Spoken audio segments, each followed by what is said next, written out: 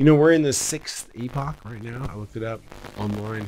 There's 3 of like, in terms of the generation of organisms, the slow creation of organisms over millions of years. So like 3 of the extinctions, the global mass extinctions, have been caused by volcanism.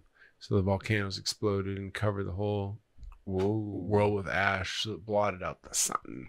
And everything crazy. Living died under the water and on top. And then, you know, millions of years go by and then microbes form again in the ocean.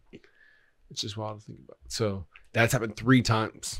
So really think, okay, we're going to pollute the environment enough to destroy the earth. It's much more likely that if the earth doesn't want us around anymore, it'll just start shooting out volcanoes. Because we'd all die immediately without no sun. A couple weeks without sun, we'd be like, it'd be this gray cloud. It'd be like, oh. What do you think of the Earth? The other 2 were meteors, or the high impact sites that I think wiped out everything. Same dinosaurs. 3 volcanic, 2 meteors. We're in the 6th. Changed the way Earth looked. Oh, yeah. You said 6 epochs, so it's like Think about Pangea and how long it's taken for it to shift around. They just released new scientific data about the molten layer that's underneath the current rock formations that we see as Earth. It's so much closer than we expected and so much more active that, you know, all it would take would be, I mean, we're still talking courses of 100,000 years, but the most rapid thing would be the volcanism.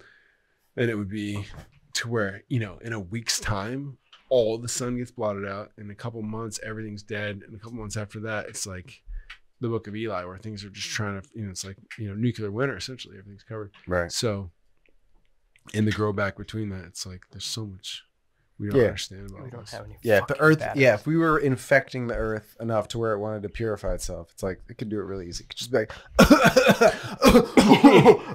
everything's dead. Like, just real quick, just cough this off. Oh, I'm sorry. Did I just cough? Everyone's like for real. Like the Earth is fine. The Earth is so fucking big. Yeah. The Earth is doing just fine. Doesn't even feel us yet. We're just tickling it. Yeah.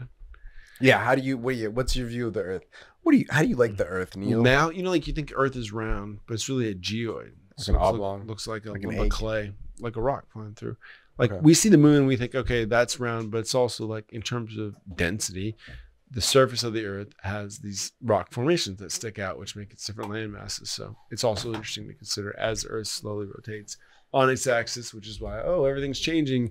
Birds are, you know, flying to their deaths and animals are washing up on land. It's because they all use magnetic echolocation, or, you know, some version, whatever it's called, to be able to go through their regular patterns in migration and reproduction. So it's really just, it's happened quite a bit, according to some historians, that the Earth's magnet, you know, inside the Earth, there's this iron core and it has a magnetic charge, and over time it will fall on itself because the solar system is planal.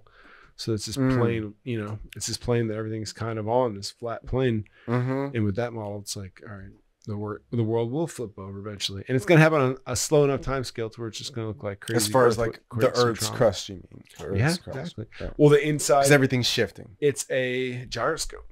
So just like every planet, it's like, okay, so what is a gaseous planet? If a gaseous planet has no physical landmass, like the gaseous planets that are far out, what happens in terms of their life cycle? Well, it's just a bunch of gases moving around. Same thing with us, like you're saying, just different densities. So we're the core liquid. the core is just molten, and the outside is a little bit harder, but it's still shifting. And the outside of that's water. And then how it's air, quickly it's going to shift is what we're impression of. Yeah, it's all shifting. Right.